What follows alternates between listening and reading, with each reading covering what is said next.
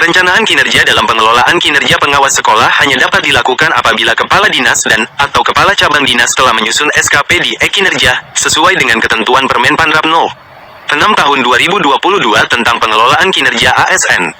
Dalam hal ini, RHK setiap pegawai wajib mengacu, cascading, pada RHK atasan langsungnya.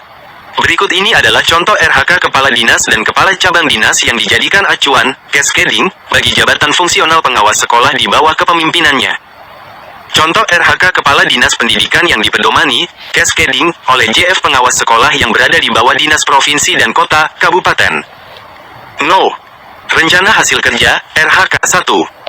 RHK 2. Indikator yang relevan dengan RHK 2.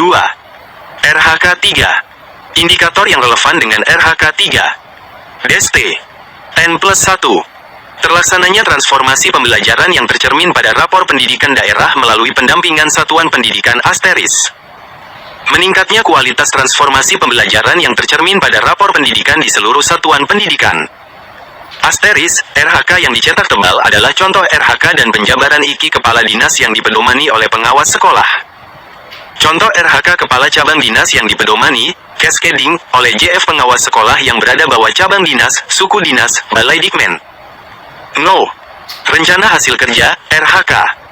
Indikator Kinerja Individu, IKI. RHK 1.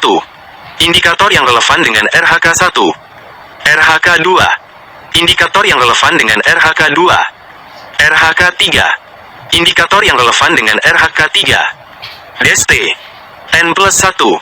Terlaksananya transformasi pembelajaran yang tercermin pada rapor pendidikan daerah melalui pendampingan satuan pendidikan, sesuai wilayah kerja, Asteris.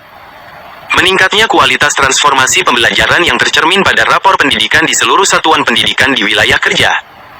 Asteris, RHK yang dicetak tebal adalah contoh RHK dan penjabaran IKI Kepala Cabang Dinas yang dipedomani oleh pengawas sekolah. Penting untuk diperhatikan, pastikan bahwa saat membuat SKP tahun 2025, jabatan terdeteksi berada di unit organisasi, UNOR, yang sesuai di Dinas Pendidikan. Kepala Cabang Dinas perlu menunggu Kepala Dinas Provinsi menyelesaikan pembuatan SKP terlebih dahulu sebelum melanjutkan proses. Setelah SKP tahun 2025 selesai dibuat, Rencana Hasil Kerja, RHK, SPM akan otomatis tercantum dalam SKP Organisasi Pegawai. Cara penyusunan perencanaan SKP oleh Kepala Dinas Pendidikan melalui E-Kinerja. 1. Buka halaman https://kinerja.bkn.go.id/login, lalu klik login. 2. Masukkan username dan password Anda, lalu klik sign, 3. Selanjutnya, Kepala Dinas dapat memilih rencana SKP yang telah disusun. Perlu diketahui bahwa rencana SKP ini berlaku untuk periode tahunan. Berikut langkah-langkah pemilihannya.